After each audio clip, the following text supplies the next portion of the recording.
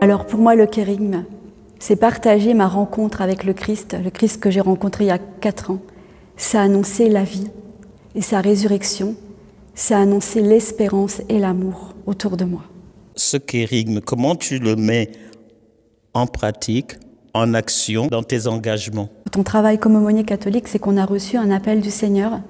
Et moi, j'ai répondu à cet appel. Il y a 2 ans, j'ai vraiment senti cet appel fort et j'ai mis tout en œuvre pour aller travailler à l'aumônerie. Et je ne sais pas sur qui je tombe. Et quand je me présente, j'arrive, voilà, donc je dis bonjour, je m'appelle Nathalie et je suis toujours très souriante. Et je suis aumônier catholique et je viens vous saluer, je viens prendre de vos nouvelles.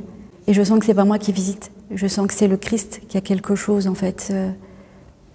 Je ne sais pas comment expliquer, on sent qu'à un moment donné dans la conversation, au début la conversation elle va être banale, mais à un moment donné, si la personne, qu'elle soit croyante ou pas, à un moment donné, il va y avoir le Christ au milieu, il va y avoir l'amour, il va y avoir le désarroi, il va y avoir quelque chose. Et qui dit désarroi, a besoin de consolation et c'est ce que le Christ fait. Et du coup notre rôle, et mon rôle, c'est voilà, d'écouter la personne et d'essayer de ne pas la laisser dans cet état d'esprit de désarroi, de lui donner des mots de réconfort, de lui sourire. Et après, je ne peux pas lui apporter de solution, c'est pas mon rôle, mais le fait de l'écouter, du coup, ça l'amène à faire une relecture et parfois, on peut voir des changements de vie lors d'une conversation, enfin en tout cas des choses qui se dessinent, et on voit vraiment des choses, enfin, on voit qu'il y a le miracle de la vie qui est là, donc on voit le Christ, quoi.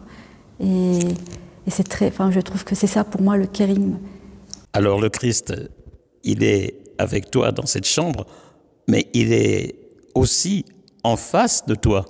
Oui, tout à fait, il est là, et en plus, le Christ, il est aussi dans la personne, on a tous le Christ en nous, donc en fait, et on sent que les gens, on recherche tous la même chose, l'amour qui est le Christ, quoi, en fait, donc voilà, on le sent vraiment, quoi.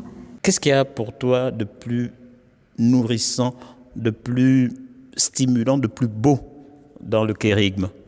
L'espérance, c'est dire que rien n'est perdu et qu'il y a toujours espérance. Même si une visite se passe mal, même si la personne, voilà, elle reste sur sa position, enfin voilà, ou qu'elle est triste, ou qu'elle est dans son... Moi, j'ai confiance en fait, et je sais que ça ne m'appartient pas, et qu'il y a quelque chose qui a été mis dans le cœur de cette personne, et qu'à un moment donné, voilà, la discussion, elle aura porté du fruit.